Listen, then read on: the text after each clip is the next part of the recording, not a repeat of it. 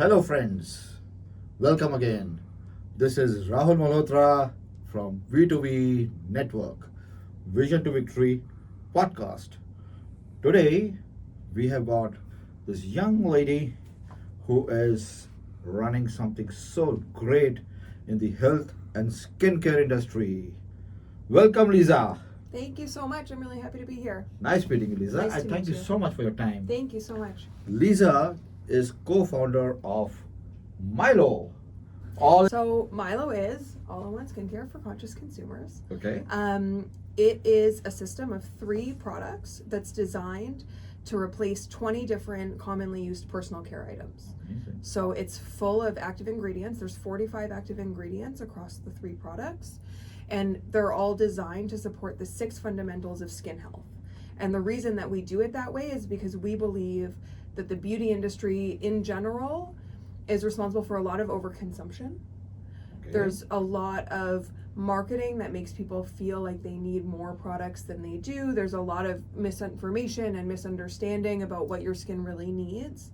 And when that happens, it's really easy to get stuck in a trap of like, oh, this one thing happened to my skin, I need to go buy a new product. Right. Or, oh, my friend said she uses this, and I don't know, I could use another product in my 10 product lineup for my morning routine. And we get trapped into this cycle where we're outsourcing our power to an industry that exists to sell us more stuff. Right. And so what we've done is worked really, really hard to streamline, go back to the basics, and just think about the 6 fundamentals of skin health, and then build from there. So it's, Wonderful. yeah. How did this start? How did Milo start, Lisa? And how did this thought came to your mind? And what's your journey so far? Okay, sure. So it all started when my best friend, Katrina, and my co-founder, she called me on the phone probably 2.5 years ago. Oh. Katrina is a brilliant leadership development coach. She's Right. worked with Fortune 500s all over the world to help sort of coach their executive teams and organizations. And on the side, for as long as I can remember, she's been making natural skincare from home. Okay. First for herself, and then for like friends, just on the side, Amazing. casual. Amazing. And in the process of doing that, she realized that she was making so many different products for different purposes, but they all shared a lot of common ingredients. Okay. And so that realization of, wait a minute, we could be streamlining way more, is what made her call me. And when she said that, I was like, wow, okay, like this is what we're gonna do Right. with the rest of our lives, basically. That's how novel it seemed at the time, Right. and how interesting. And we were like, okay, well, let's go all in on it. So Katrina and I have been best friends for 20 years. Okay. We grew up together here in Toronto. We went to elementary school together. Best friends since grade 6. Wow. And what was Lisa doing before the Milo idea came to her? Yes. So, well, the Milo idea came to Katrina. Okay. And when she called me, I was the chief of staff at a global innovation firm that's based in Wow. Berlin. I was living there. We had like 500 employees all Okay. over the world, 5 different offices on 3 different continents. Right. And my job was basically like corporate development, partnerships, business development for like all of our big clients. Okay. So we worked half in automotive and then the other half in like consumer. So I was able to really see from a experience design, product design, new business models perspective, what was going on kind of like at the highest levels in automotive, as well as in personal care, where we Okay. are now. And I was able to kind of draw some analogies between what's happened in the automotive industry in terms of the kind of heritage OEMs sort of relying so heavily on engineering and not really focusing on as much on customer experience, and then having some of the other like newer OEMs like the Teslas of the world, or some of the Chinese OEMs who Right. really focused on customer experience. And there was a level of, I would say, arrogance, for lack of a better word, on the part of the traditional OEMs, Right. that they were always the biggest, they were always the best, and it was all about American and German engineering. Yes. And then those other new players came and ate their lunch, and they're still struggling and trying to make it work, right? So that was the automotive side, and then on the personal care side, I saw similar sentiments. I saw similar practices that I feel would not lead to like the large scale innovation that makes people survive over decades. Okay. And so when Katrina shared that spark of an idea, Right. I was like, wait, I think that we can create a whole new category Of with course. from this idea called Of human course. care. Of course. So the company that we have is actually called Milo Human Care. Right. And human care is the category that we aim to establish first with Milo Multifunctional. Right. The human care category is the same products that we need to kind of care for ourselves, care for our bodies, that fit into our everyday routines without the fear, the shame, the guilt, the misinformation, the overconsumption that has become so common in the beauty industry. Okay. So, friends, that's Lisa's and Milo's journey from Berlin to Toronto, from Germany to Canada. Amazing. Lisa, that's an awesome journey which you had. Thank you. Tell me about the 6 fundamentals of the skincare, which you just Sure. covered. So Yeah. the 6 fundamentals of Sure. skin health. Sure. So, antioxidants. Antioxidants. And these are all words that people who pay attention to skincare have definitely heard before. Right. But it's like, what do they mean, right? So, antioxidants, hydration, moisture, anti-inflammatories, Okay. cellular renewal, and essential nutrients. Wow. So they sound pretty straightforward. They sound really simple. Right. But nobody really talks about them from a skin health perspective. What I've noticed is that a lot of the marketing starts one step later, Mhm. which is on types of ingredients. And once you start to talk about types of ingredients, it can get really, really confusing because they tell you, just using like moisture and hydration as an example, there's 3 types of moisturizers. There's humectants, there's emollients, and occlusives. Right.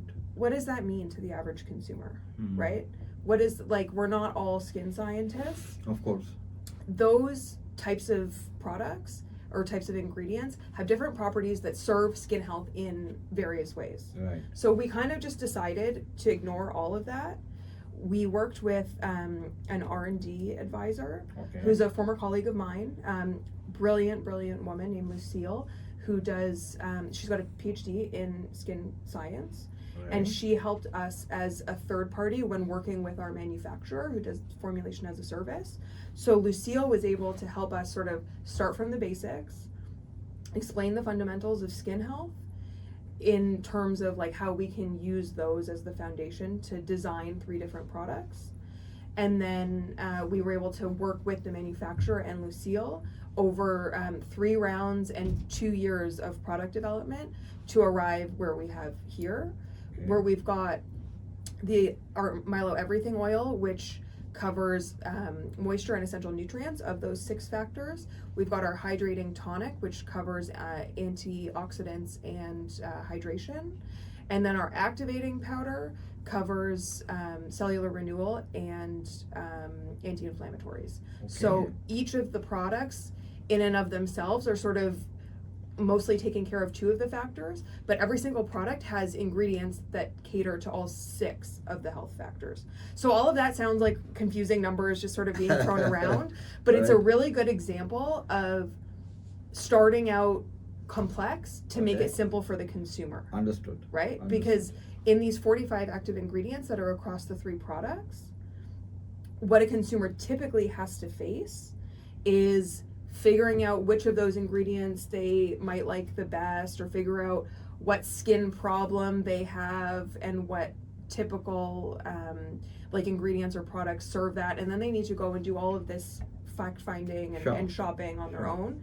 And then they arrive at a routine that's usually, 5 up to 10, maybe even more if you're really into it, products that ultimately are going to do the same things that these 3 are going to do. That's one of the things that we've really noticed. I've talked a lot about, Right. numbers and different like skincare concerns and whatever. What we've noticed is once people get it in their hands and we explain the really, really simple routine, use the oil to wash your face, spray your face with the tonic, and then put the oil on again just to moisturize. Sure. Have people just do that, Right. and then they start to get it. Okay. Because they're like, wait, that was really easy and my skin feels amazing. Right. And then they're like, wait, I heard that I can, if I mix the powder with just a little bit of water, that becomes like another kind of cleanser. Okay, let's try that. Right. Oh, well, they said that it works for your hair too. Why don't I just try to spray it and see what happens? And people get into this place of exploration and play, which is exactly what we hoped for. We call that intuitive self-care. So it's not about somebody prescribing a routine to you, an influencer or even a dermatologist or your best friend saying, oh, you have to try this, you have to do this.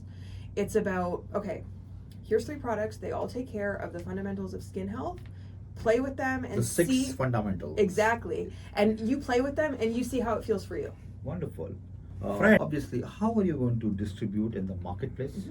How are you going to ensure that this product reaches at arm's reach of desire? Yes. So for now, we are direct to consumer online on our website, milocares.com. Right. Our ambition in the near term is to find 1 or 2 smaller mission aligned retailers Okay. that have presence in North America, Canada, and the US, but still like pretty small, like boutique level. Understood. Just to sort of get the product into hands, see what it's like in a retail environment, see how customers really respond to that. And then our ultimate goal for retail specifically is to be able to have refill stations. That is our Oh. dream, because Milo at its core is a regenerative company. It's our mission to always be adding more value to Right. society, to the planet, to just the world at large. Understood. More value added than what we need to extract in order to make and sell our products. So nice. So the idea of having refill stations is about making sure that we're being as eco-conscious as we can, as sustainable as we can, and as regenerative in terms of product life cycle as we can be. Wonderful. So Milo, in the ecosystem of skincare, healthcare, wellness, in this ecosystem, how large is this entire market is, and who are your key competitors? Sure. So in prestige skincare is about 27 and a half, maybe a little more, $1 billion a year, Oh my God. Okay. just like globally.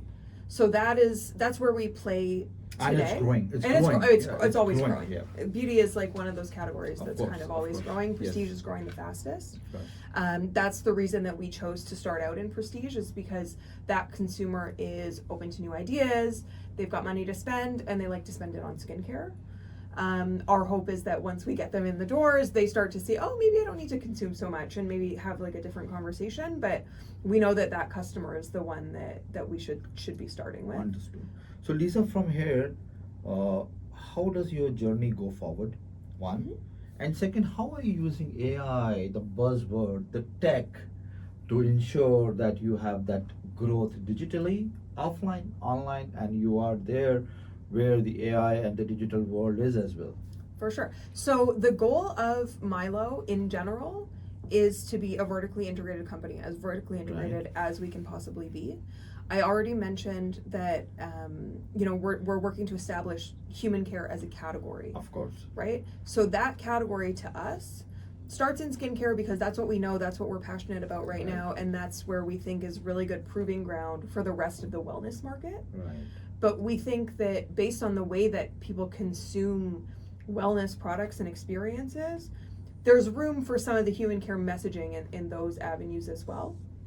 So what we're really working to build over like the next 20 years, I know that most people don't really talk about a 20-year vision as a startup, but that's what we have, because we're not interested in like a really short, quick exit. Amazing. Just so that we can say that we did it. Right. We're here to really build something for the future. We're here to build something for the future of Canada's economy.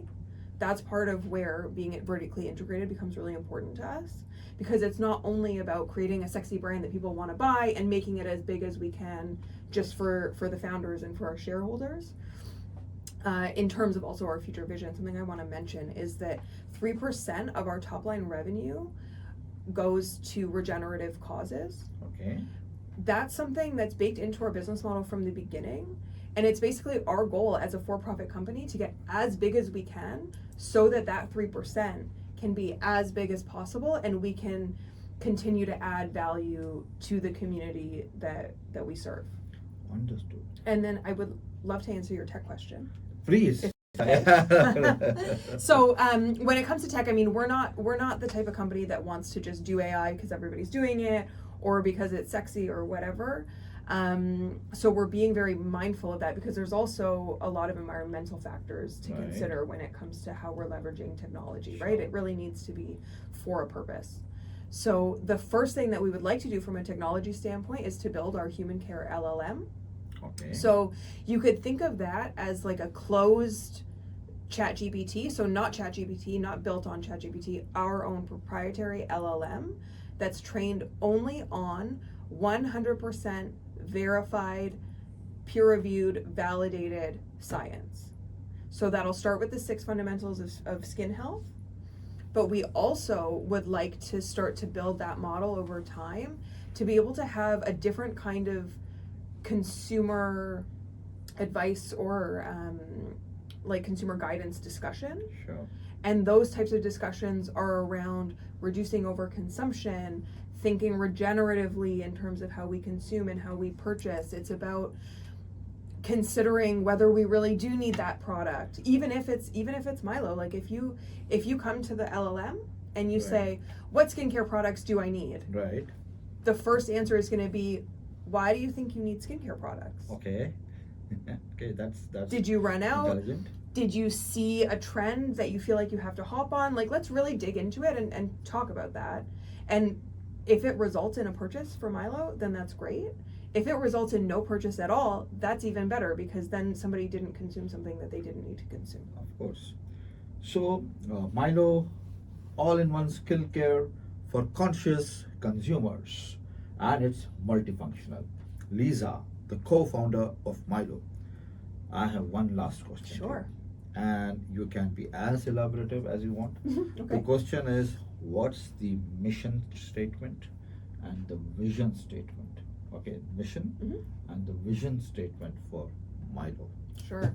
So I already shared the mission statement, I think, Yes. but the mission is to add more value than we ever need to extract, To add more value than we need than to we extract. need to extract. That's the mission. That's number one. That's awesome. That's the basis of our thinking of So regeneration.